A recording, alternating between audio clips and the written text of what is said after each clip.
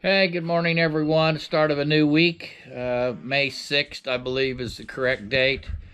Spent the morning turning in personal property tax forms, paying property tax bills along with the fertilized bill, etc. So lots of checks went out today from the farm. Also, at 1 o'clock today will be the Into Beef podcast, which I'm doing this month, and we'll have Andrea Flemming, a Minnesota cattle farmer, on the podcast for the Indiana Beef Cattle Association. So I will put that link at the end of the video if you're interested in following that particular podcast where we talk about their operation and their social media account. So that's the start of the day. And I will also just mention that besides the outgoing checks, it's an interesting day when you go out to eat with some folks and they remind you that your pull-on shirt is on backwards. But it's one of those things, I guess, when you get a certain age, it doesn't bother you nearly as much. Maybe it was if you were younger. So I hope you enjoyed this week's video as I put the things together that plan to do on the farm.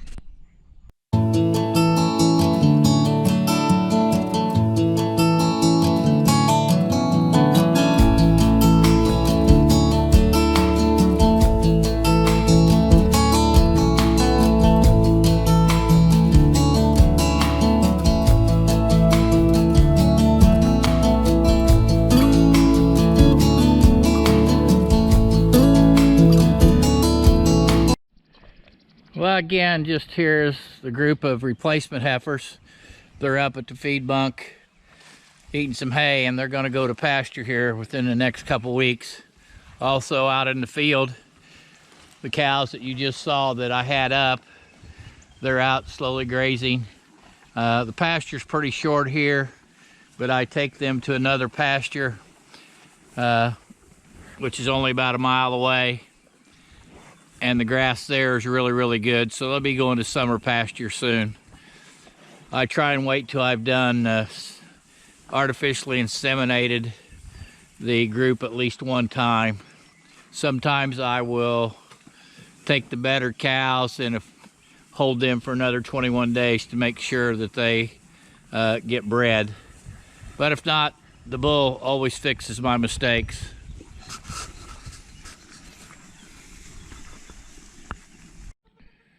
Well, the late kidder just kidded about 3 minutes ago, and it is out of that red buck right there.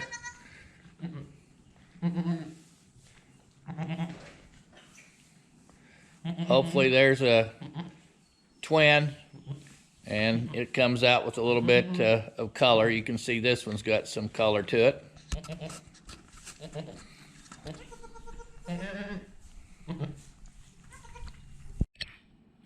Well, she did have twins.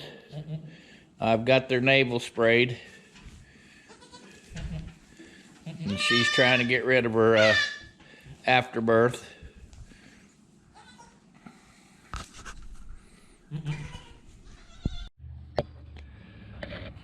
Well, the triplets, this is about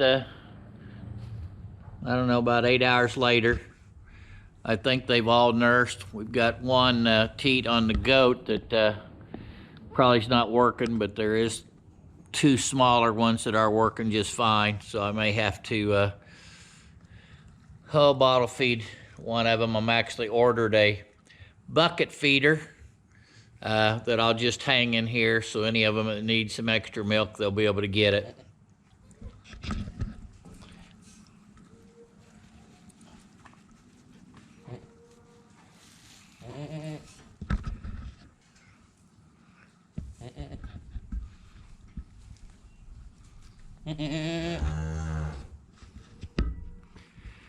So there's two girls and a boy.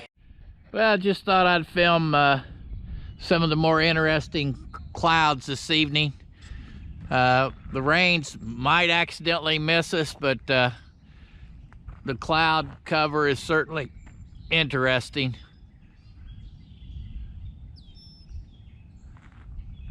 I do think we have a tornado warnings out until 9 o'clock tonight here in southern Indiana.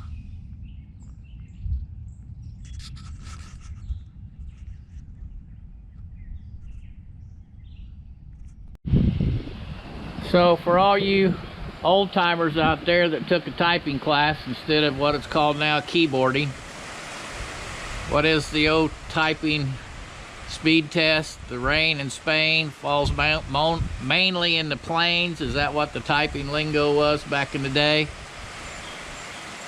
I know I had a typing class, and probably one of the most useful skills I picked up in school, because I certainly wasn't a very good mathematician.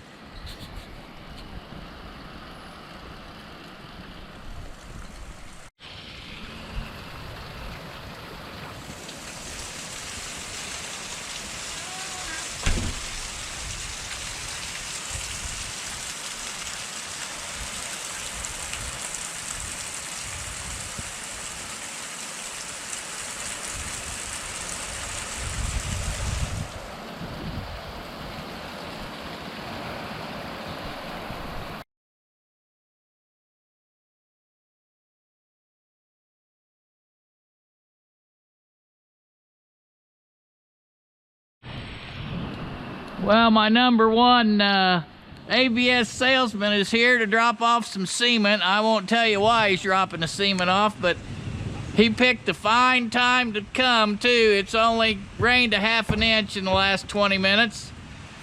But I'm happy that he's here to take care of somebody's semen needs, and it's not even for me. And he's got his cowboy hat on, so he's looking like Mr. Texan. Getting ready to call the cows up. I have one that's in heat. It's got a red tag. I don't know if you can see it over there. We'll get a closer look at it in just a second when I get all the rest of these cows up. I'm going to try and get a good picture of how I know that the cattle are in standing heat. And I believe this is cow 802. And you can see that patch is rubbed off like a lottery scratch-off ticket. One right next to her is not rubbed off yet. That gives you some idea. Here's another one that's not rubbed off. This one here is mostly rubbed off. I'll have to see what cow that is. She shouldn't be. I think she was already bred once, but she might be in. We'll see. Well, I've got the gator loaded with firewood that was cut a week or so ago. Got the bucket on the tractor loaded. Headed home to get this unloaded for the winter supply. Like I said, hopefully the winter of 25-26.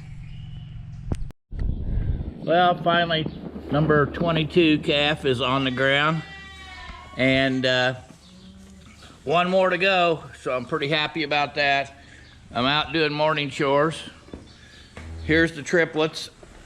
They seem to be doing fine. And next thing I've got to do is I've got 3 to breed this morning, 2 heifers and 1 cow. Well, we'll see how this goes. I've already bred 2 heifers this morning, and now I'm getting ready to breed a cow that's already had at least 1 calf. So I'll put the GoPro on my head and I'll go through this process and we'll see how it works. First thing I'm going to do is decide what semen I want to use, and it's listed here, so that's what I'm looking at. And I'm going to try and use a bull called KR Synergy or True North, and it's in number 3.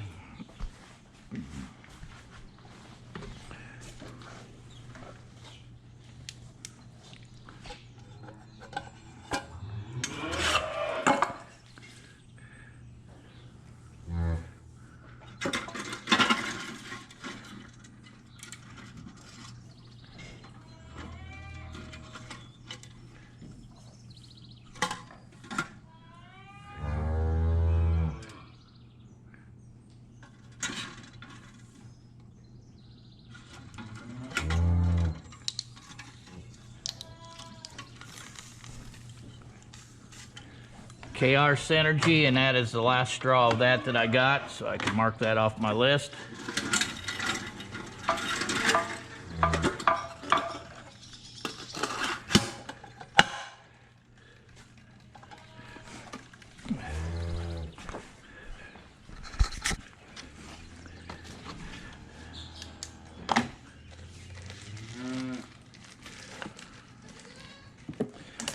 By the way, the last two that I bred, I used a bull called Mayway, Play It Safe, on one of the heifers.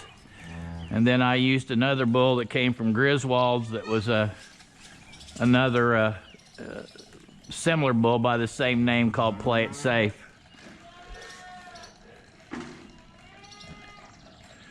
So I'm going to get my paper towel ready. One to clean off the straw. Some that I'm going to use to clean off the cow.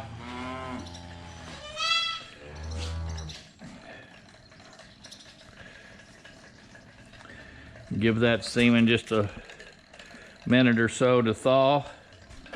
I also have to get my glove, which is just simply shoulder length plastic gloves.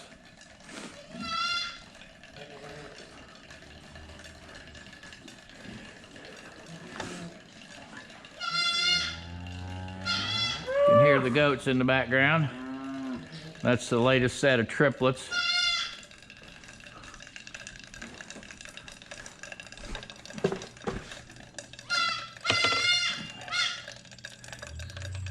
Okay, when I pull the semen out, I always make sure that the name is on the straw, that it is the right semen, which it is.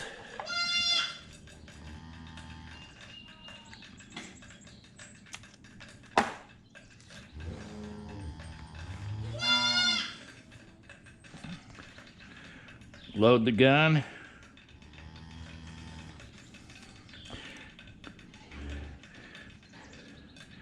And keep this up against my body so that it stays close to 94 to 98 degrees. Now I'm heading to the chute, and the lube is already out there. Those are the two heifers that I just bred.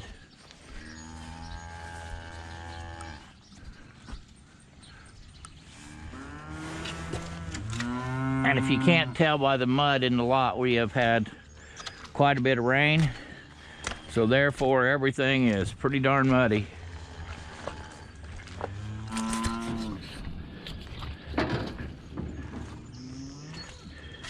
And I don't know whether you can see this or not, but that's the estrus alert patch that turned red or orange.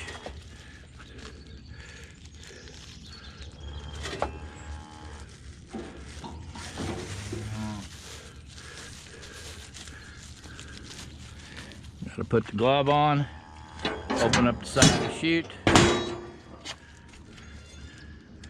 put my lube on my arm and wrist. Easy, girl. I'm hoping this one is an easy breed.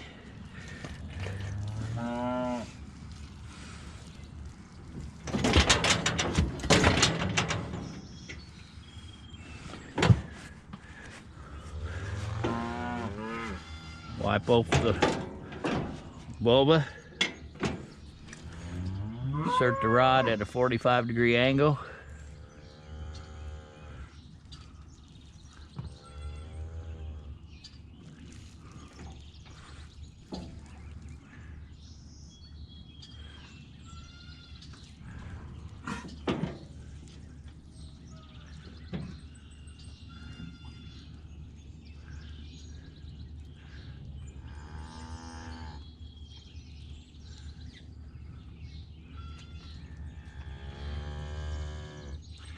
And I'm in the cervix, but I'm not all the way through. She's starting to strain a little bit, which makes things a little more difficult.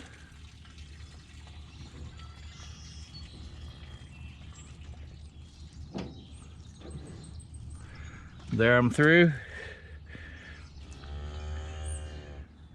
Release the semen, and I kind of go side to side through some of it, and then at the end I back out just a hair, and then the semen can decide where it wants to go after that. So pretty pleased with that one. And then I take the rod and I just turn the glove wrong side out, and that way I don't get anything on me. Next step is just remove that patch, and she can go back out with the cows. Into Beef podcast on Spotify, and I'll include the picture, but just do a search for Into Beef, and it is with Andrea Flemming, a Minnesota cattle producer. I think you will enjoy that.